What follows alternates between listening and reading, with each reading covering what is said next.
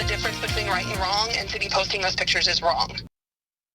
Rideshare passengers passed out in the back seat, photographed by their driver and then posted on Facebook. What seems like just a gross violation of people's privacy is actually legal. Kim Powell spoke to the driver involved here and is live with the story. Kim?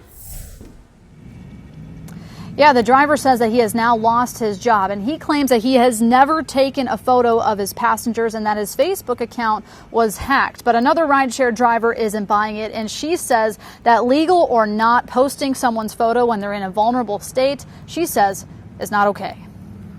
Passed out after a long night, the people in these photos called a rideshare and unknowingly had their photos taken and later posted in a Facebook group full of other Lyft and Uber drivers. There's no reason for those things to be shared and posted, because that whole post was just mocking people for passing out in the back of their Ubers. We've blurred out the name of the driver, as Phoenix police say he isn't breaking any laws by posting these photos.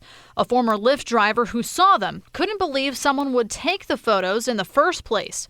She reported it to both rideshare companies. Are they aware that these people are basically being shamed for being drunk, which to me defeats the purpose of having Uber and Lyft? Because if you can't call them for a ride because you're too scared to be publicly shamed for being drunk or intoxicated, then what's the point of having that service? The driver spoke to us over the phone. He says he's been a Lyft driver since 2015 and claims he's never taken any photos of his passengers and that his Facebook account was hacked. But the other driver says she saw several posts from him. I had commented and said, keep sharing your pictures, sicko. I'm sending them all to Lyft.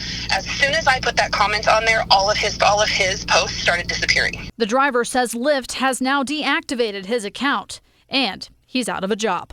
I don't want anyone to think that I brought this to light to make this person lose their job or whatever, but this is something that should not be acceptable.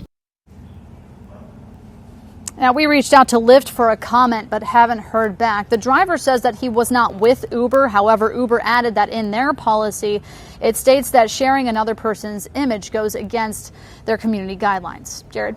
Well, Kim, you said you got a hold of this driver. Did he say what's next for him? What's his next move?